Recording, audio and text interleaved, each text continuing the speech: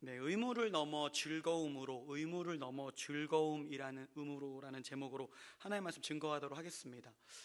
차량위원회 헌신예배에 제가 설교해야 된다는 소식을 들었을 때, 네, 굉장히 두렵고 떨렸습니다. 왜냐하면 누구보다 드러나지 않지만, 네, 누구보다 헌신이라는 단어가 잘 어울리는 위원회이기 때문입니다.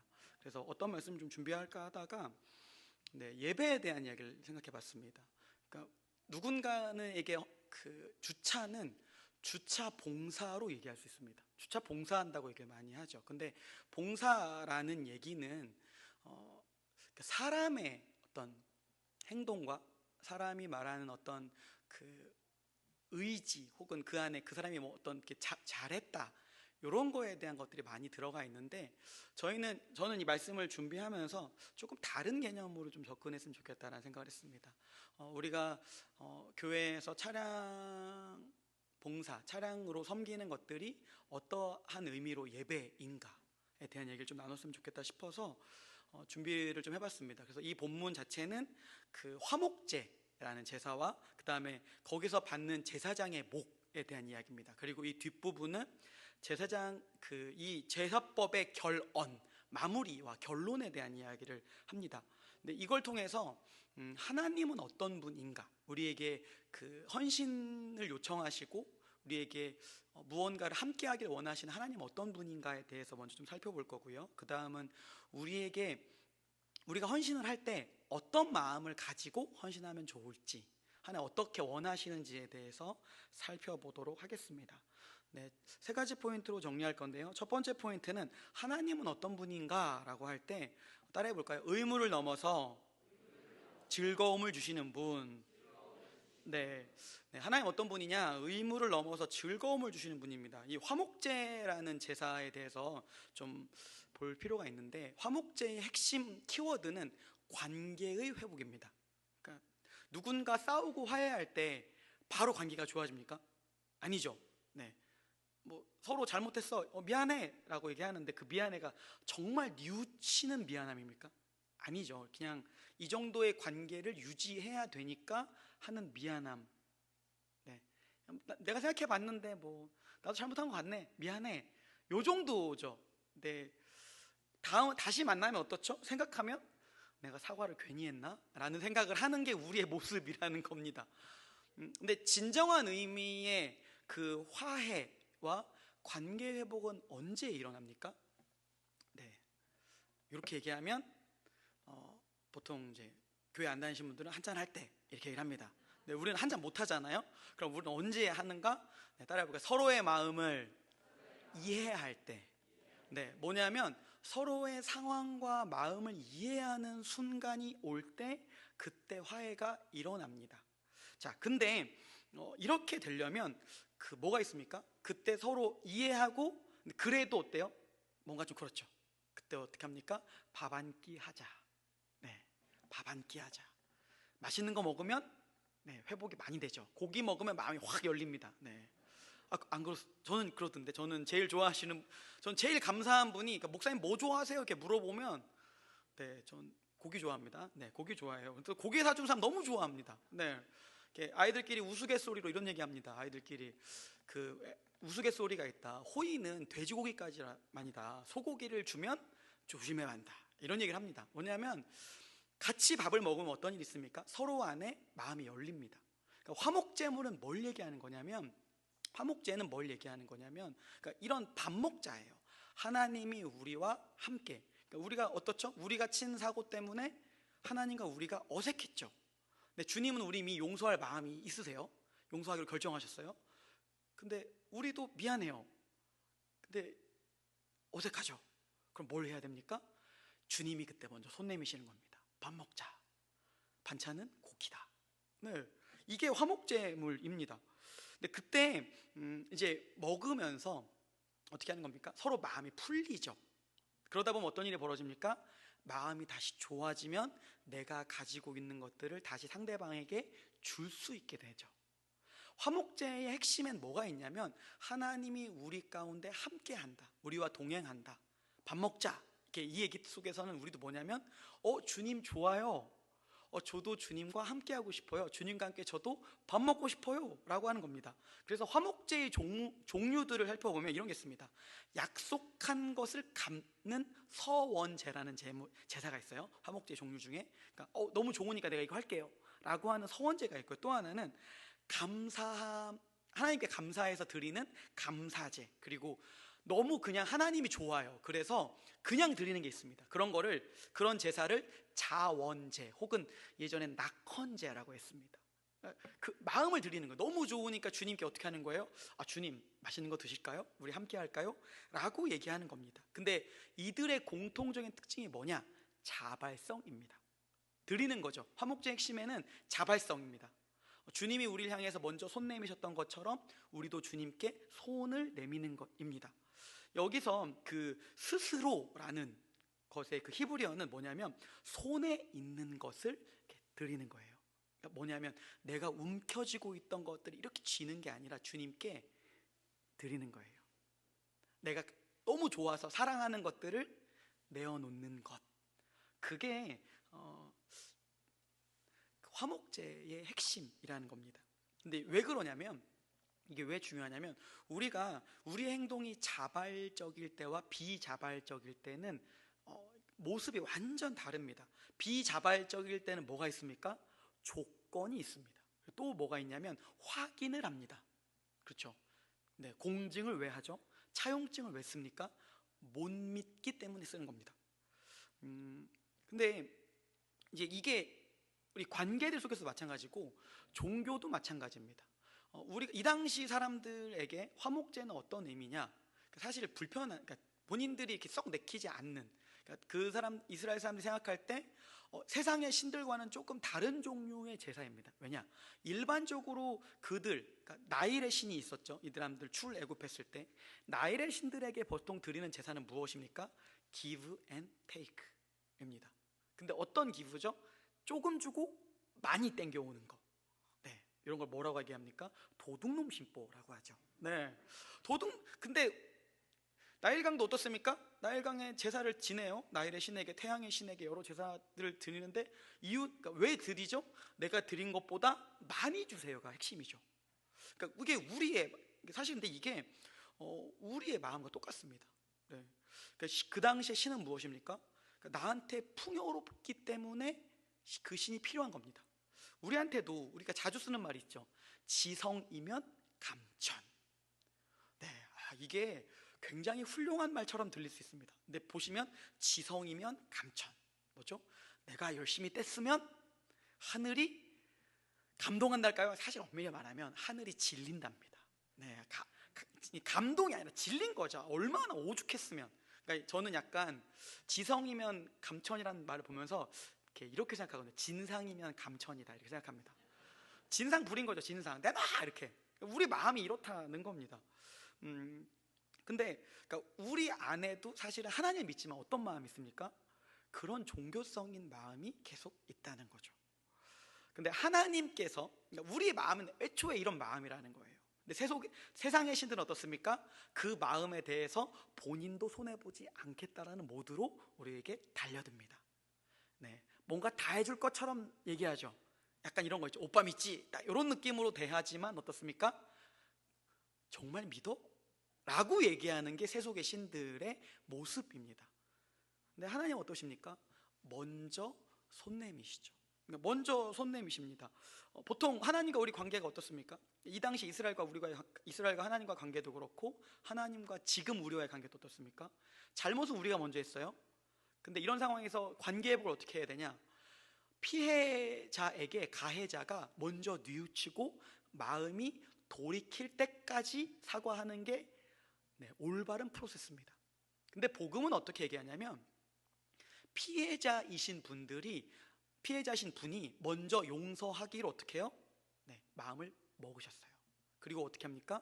네가 마음을 돌이켜라고 먼저 돌이킬 수 있는 기회를 주십니다. 네, 왜 그렇습니까?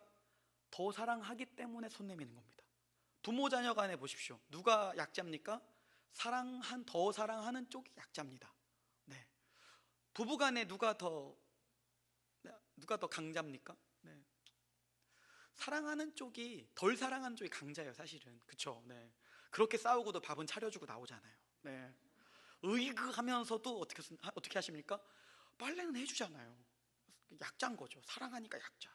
먼저 손을 내밀어 주는 겁니다. 근데 여기에 핵심이 있습니다. 잘 이렇게 보냐면 관계 회복엔 뭐가 필요한 겁니까? 희생이 반드시 들어갑니다. 그쵸? 어떤 희생이 필요합니까? 승질을 죽이는 희생이 필요합니다. 그쵸? 이렇게 확 올라오지만 쫙 누기면서 사랑해를 얘기해 줄 수 있는 희생. 마찬가지입니다. 하나님께서도 우리를 사랑하세요. 근데 어떻게 하냐? 이렇게 그분이 우리를 이렇게 무작정 사랑하실까요? 아니요.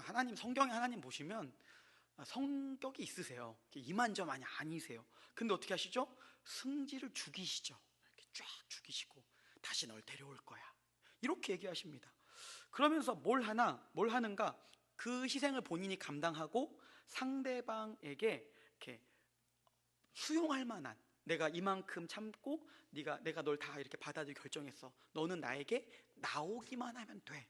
라는 최소 조건을 만들어 놓습니다. 뭐냐면 비빌 언덕을 만들어 놓는 거예요. 숨을 구멍, 피할 구멍을 만들어 놓는 거죠. 생각해 보십시오. 세상의 신들은 어떻습니까? 강력하게 복수합니다. 아니, 더하게 복수하죠. 근데 하나님 어떠십니까? 결단하시고 찾아오셔서 비빌 언덕과 피할 구멍을 만들어 주신다는 거예요. 화목제의 핵심엔 이게 있는 거예요. 그래서 뭘 합니까? 엄청 잘못했죠. 근데 자녀가 엄청 잘못했습니다. 근데 부모가 어떻게 합니까? 밥 먹어. 네. 그때 뭐가 있습니까? 화해가 거기서 있죠. 네. 물론 이제 부모님도 열이 받으니까 그래 밥이 입에 들어가냐라고 말은 하겠지만, 네. 우리 주님은 한 말씀 안 하세요. 많이 먹어.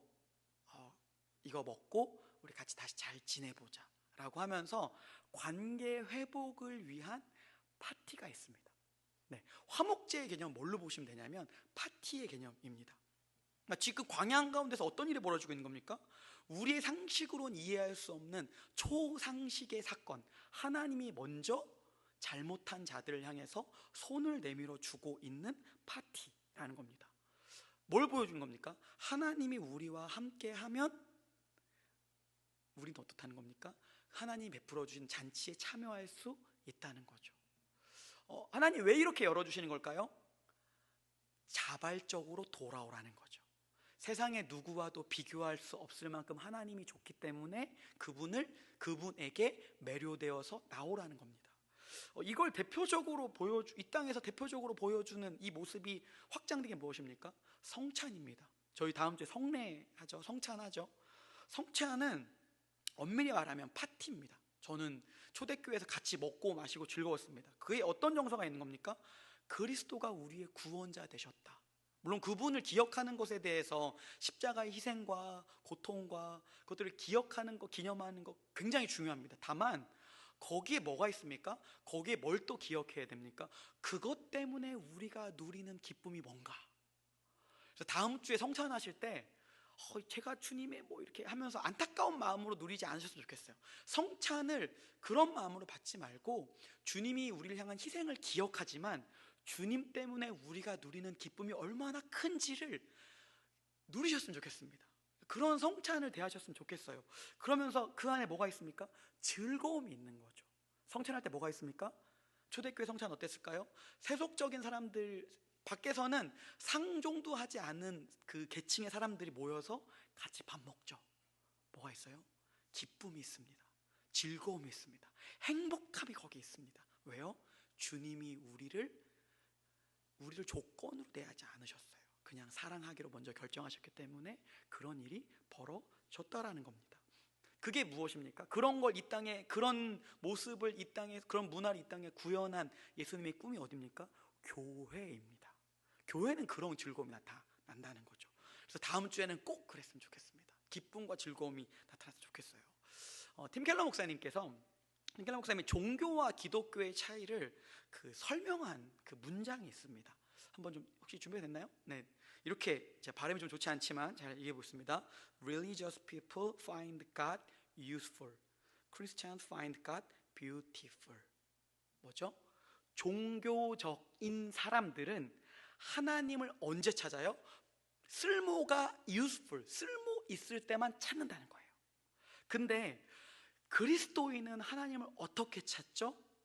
하나님의 아름다움 때문에 찾는 사람. 우리가 하나님 앞에 자발적으로 왜 나가는 거죠?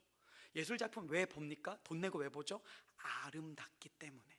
거기서 누리는 기쁨이 세상 그 어떤 거와는 비교할 수 없는 것이기 때문에 예술작품에 돈 내고 보지 않습니까? 하나님 더하다는 겁니다. 복음은 뭘 얘기하는 겁니까? 하나님이 세상의 그 어떤 신보다 아름다운 분, 먼저 손 내미시는 좋은 분, 세상에 이런 신이 없다. 그분이 우리를 향해서 이미 함께 즐거움을 누리기로 결정하셨다.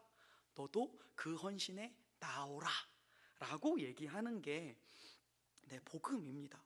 그래서 그리스도인이 되는 건 뭐냐? 내 안에 조건을 뛰어넘어서 이렇게 복음의 의미를 깊게 경험하는 겁니다. 그래서 내 안에 예수님 때문에 즐거움이 생긴 사람이에요. 그래서 그 다음에 어떻게 하는가? 내가 느끼는 기쁨을, 즐거움을 다른 사람에게 함께 나눠주고 싶어요. 근데 거기에 뭐가 있습니까? 반드시 희생이 있습니다. 근데 왜 희생해도 괜찮죠? 내가 누리는 기쁨이 너무 크기 때문에 그 희생을 감당할 수 있는 겁니다. 첫 번째 포인트 뭐였습니까? 하나님 어떤 분이세요? 의무를 넘어서 우리에게 즐거움을 주시는 분입니다. 두 번째 포인트입니다. 따라해볼까요? 하나님 어떤 분이신가? 보호자가 있는 인생을 만들어 주시는 분. 네, 그 자발적으로 이렇게 예물을 드리고 가면 뒤에 화목제물 이렇게 드리면 뒤에 제사장에게 이렇게 돌아가는 몫이 있습니다. 가슴과 오른쪽 뒷다리. 네, 오른쪽 뒷다리. 돼지 뒷다리는 하몽으로 만드는데 이게 약간 모르겠어요. 제사장 몫으로 주는 것 같습니다. 그러니까 성경학자들이 그 견해에 따르면 제사장이 12지파의 이름을 새긴 그 보석을 이렇게 흉패에 달고 중보 기도를 드렸기 때문에, 그러니까 이거에 대한 보답으로 가슴을, 그리고 귀한 손님을 위해서 남겨둘 만큼 좋은 부위인 오른쪽 뒷다리를 받았다고 합니다. 네, 그러니까 뭐죠? 제사장 몫이 좋은 거예요. 그러니까 맛있는 부위를 준 겁니다. 네, 맛있는 부위를 줬어요. 근데 이게 뭔 얘기를 하는 건가? 라고 할 때, 그래서 이게 지금 우리의 헌신과 필요에 무슨 의미가 있는가라고 얘기할 때 있습니다. 하나님이 자기 사람의 필요를 명확하게 챙긴다는 겁니다. 그것도 가장 좋은 것을 챙긴다는 겁니다. 근데 제사장 왜 세웠습니까? 우리를 위해서입니다. 제사장을 통해서 하나님이 우리를 돌보는 분인 것을 기억하고 생각하고 따라가게 하기 위해서 세운 겁니다. 그래서 제사장의 핵심 역할, 그렇게 좋은 것들을 주면서까지 제사장을 왜 줬습니까? 연결하라는 겁니다. 누구와 누굴 연결하는 겁니까? 하나님과 우리가 연결되게 하는 것. 네, 그래서 율법의 시기에는 누가 있습니까? 아론 계열의 제사장들만 하나님과 우리 사이를 연결했습니다. 그런데 어떤 일이 벌어집니까? 사람이기 때문에 불완전합니다. 불안정합니다. 하나님께서 이 상황을 보시고 어떻게 합니까? 이 언약이 점점 확장되어서 이 모든 것들에 대한 연결이 나중에는 완벽한 제사장을 통한 불완전한 완벽이 아니라 하나님이 직접 완벽한 중보자를 세워서 우리 가운데 연결하시겠다는 약속을 세우십니다. 이사야서 61장에 보면 그 하나님의 은혜에 대한 해에 대한 선포가 나옵니다. 그 하나님의 영이 임하면 거기에 묶인 모든 것이 풀리는 선포입니다. 6절의 내용인데요. 같이 한번 6절의 내용 한번 읽어보도록 하겠습니다. 시작.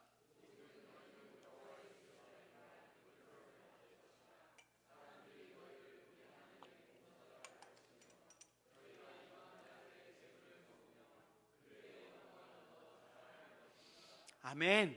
네, 주의 성령이 우리 가운데 임하면 어떤 일이 벌어집니까? 우리가 여호와의 제사장이 된답니다.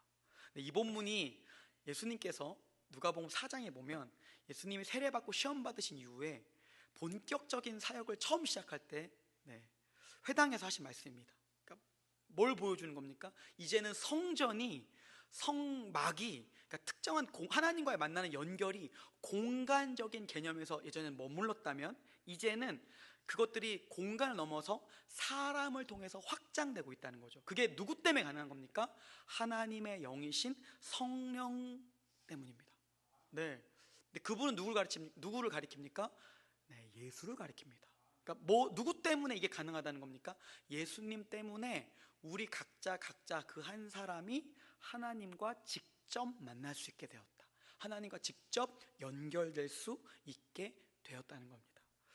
이걸 대표적으로 보여주는 사람이 있습니다. 예수님이 여러 사람 만나셨는데 이게 어떤 힘이 있냐면, 요한복음 4장에 보면 그 사마리아 여인이 나옵니다. 그 여인의 상황을 보십시오. 그 사람 어떻습니까? 누구도 희망이 없다고 얘기했던 사람입니다. 그러니까 비빌 언덕도 없고요. 그들에게 그 사람에게 희망이라는 단어가 그 사람 인생에는 없는 단어입니다. 근데 예수님이 그 인생 가운데 찾아가셔서 하셨던 건 무엇입니까? 너의 인생에 빛이 있다. 너의 인생의 목마름을 내가 해결할 것이다. 내가 내가 주는 물을 마시면 너는 하나님과 연결될 것이다. 그리고 나서 바로 나오는 게 무엇입니까? 예배 얘기가 나오잖아요. 예배. 이때가 그 예배에 대한 나오는 얘기가 그래서 나오는 겁니다. 뭘 보여주는 겁니까? 연결이 되는 거죠. 예수님 때문에 연결되고요, 우린 예수님 때문에 하나님과 연결이 되고, 예수의 영이신 성령 때문에 내가 이제 하나님과 직접 연결됩니다. 우리 삶의 헌신과 예배는 뭘까요? 그런 의미에서 봤을 때, 그러니까 넓적다리 떼는 얘기가 나오다가 예배까지 왔습니다. 뭐죠? 하나님 우리를 돌보시는데, 그분이 하나님 우리를 돌보시죠. 하나님 우리를 돌보시는데 그걸 뭘 얘기하는 거예요? 그분이 우리가 연결되길 원하시는 거고, 제사장이 우리 연결시키는 존재인데, 궁극적으로 하나님 우리와 연결하고 싶다는 거죠. 근데 이걸 통해서 우리 뭘 압니까? 우리 한 사람 한 사람이 우리 안에 계신 성령 때문에 연결하는 사람이 되는 겁니다. 차량위원회 헌신 예배, 교회 오면 누굴 제일 먼저 봅니까? 주차죠. 그리고 아시겠지만 우리 교회 주차위원 분들은 굉장히 인격적이십니다. 다른 교회 주차 가면 이미 화가 나 있어요. 이렇게 가보시면 뭐 이렇게 어떻게 오셨어요? 무슨 일이실까? 얘기도 안 해요. 저기 가세요! 막 이렇게 끝납니다. 이미 이렇게 벌써 오자마자, 차를 보자마자 화가 나 있어요. 근데 우리 교회는 딱 보자마자 일단 어떻게 하냐면 일단 이렇게 차분한 동작으로 이렇게 안내를 합니다. 그리고 일로 되세요 라고 얘기를 합니다. 이렇게 톤이 낮아요. 또 화내신 분들은 도레미파솔라시 도 이렇게 얘기하거든요. 저리 하세요 이러는데, 저희는 도레미 정도 됩니다. 안녕하세요, 약간 이 정도 느낌으로 갑니다. 얼마나 좋아요? 근데 왜 이렇게 얘기하는가? 이분들은, 저는 이제 그렇게 생각합니다. 차량위원회 왜 하는가? 주차 예배, 주차 사역 왜 하는가? 얼굴이거든요. 교회의 첫 얼굴입니다. 여러분이 도레미파솔라시 도 하는 순간 어떻습니까? 바로 돌아갈 수 있어요. 아시죠? 이렇게 에잇 이러면서, 제 주변에 몇 명 있어요. 교회를 가볼까 했는데 주차위원이 저기다 해요! 이 한마디 때문에 가신 분들이 몇 분 계세요. 굉장히 중요한 사명. 할렐루야. 도레미 정도만 해주십시오. 할렐루야. 감사합니다. 거기서 뭐 하는 거예요? 거기서 주님을 발견하게 하는 겁니다. 교회를 처음 가서 만난 사람은 누구입니까? 주차하시는 분들이세요. 그럼 그분을 통해서 뭘 만나는 거예요? 비 오는 날도 있고 더운 날도 있지만 찡그리지 않고 자기의 맡은 바 뭘 하는 겁니까? 소임을 다하는 겁니다. 소임을 다하다 보면 어떤 일이 벌어집니까? 그게 우리한테 소명이 되는 거예요.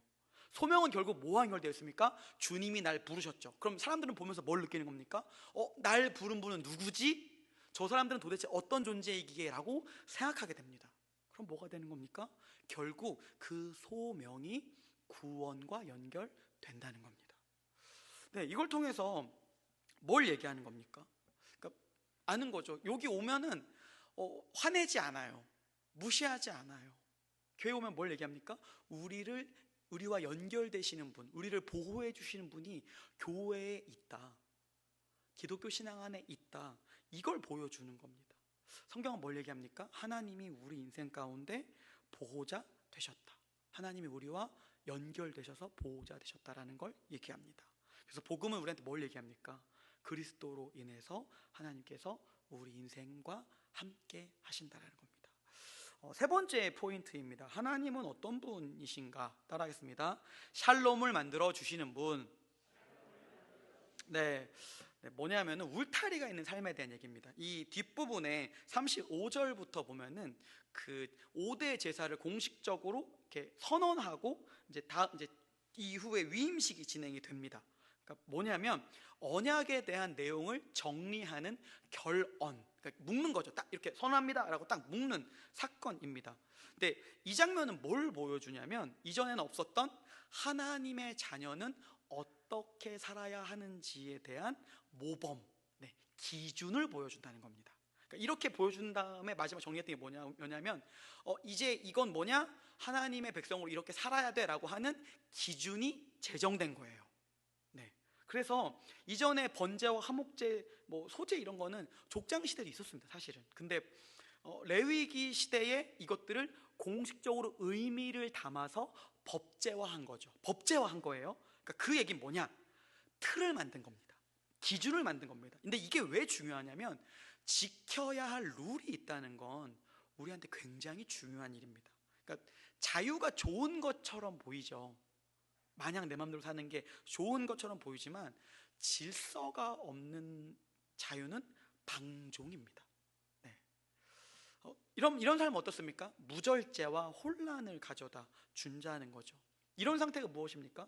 태초의 상태가 이랬습니다. 형태가 없었죠. 자유로웠던 것처럼 보이지만 끝에 뭐가 있습니까? 방종 끝엔 공허가 남습니다. 근데 하나님께서 이러한 공허함 속에 뭘 만드십니까? 틀을 만드시는 거죠. 틀. 그리고 사람을 만드시고 그들이 사는 공간에 기준을 만드십니다. 약속의 틀을 만드십니다. 그리고 어떻게 합니까? 안전한 틀 속에서 진짜 자유가 뭔지를 누려보게 하나님 만드셨습니다. 그런 상태의 성경을 뭐라고 얘기하냐면 샬롬이라고 얘기합니다. 샬롬. 근데 이전에 이들이 있었던 이집트의 상황은 어떻습니까? 직관적입니다. 감각적입니다. 본능을 따라 살아갑니다. 근데 힘이 더 있으면 어떻게 삽니까? 더 많은 걸 누릴 수 있어요. 근데 그 끝엔 뭐가 있습니까? 여전합니다. 공허가 남습니다. 그러니까 어느 누구도 어떤 존재도 그 공허감에서 나올 수 없다는 거죠. 이런 걸 뭐라고 얘기하냐면 불완전한 상태라는 겁니다. 샬롬하지 않은 상태가 그런 거예요. 몸은 편안할 수 있지만 마음이 평안할 수는 없다라는 거죠. 하나님께서 우리 가운데 이 결언을 통해서 뭘 보여주십니까? 너희는 원래 약속된 백성이야. 너희에게는 틀이 있어. 너희에게선 누려야 할 기준이 있어. 그걸 따라가며 그 안에 누리면 어느 누구보다 나를 온전히 누릴 거야. 그러니까 그 틀을 만드는 존재가 되게 중요합니다. 부모가 어떻습니까? 부모가 만드는 틀이 좁지 않습니까? 그럼 자녀는 어떻죠? 힘들죠. 숨이 막히죠. 근데 부모가 마음이 넓고 정말 자녀를 잘 키우는 부모라면 틀이 넓습니다. 그 안에서 마음껏 해보는 거예요. 근데 하물며 참된 우리 하늘 아버지의 품이면 얼마나 넓을까요? 그러니까 이걸 생각하는 거죠. 샬롬이 내 자유가 이렇게 방해돼 하는데 내 능력보다, 내 실력보다, 내 깜냥보다 훨씬 넓은 테두리를 주시는 분이에요. 그럼 그게 뭐죠? 기쁨이죠. 내가 그 테두리 안에서만 움직이면 뭐다? 나는 누구보다 행복하게 살 수 있다. 나는 누구보다 안정적인 존재로 살아갈 수 있다는 걸 보여줍니다. 그래서 예수님 말씀하십니다. 진리를 알지니 뭐죠? 진리가 너희를 자유롭게 하리라. 틀을 알지니 그 틀은 우리의 생각과 실력과 능력보다 훨씬 엄청 크다. 거기서 우리 뭐 하는 겁니까? 누리는 거죠. 기뻐하는 거죠. 그게 샬롬이라는 겁니다. 그래서 결국 이 제사가 어떻게 됩니까? 이 모든 룰과 틀을 누가 만드세요?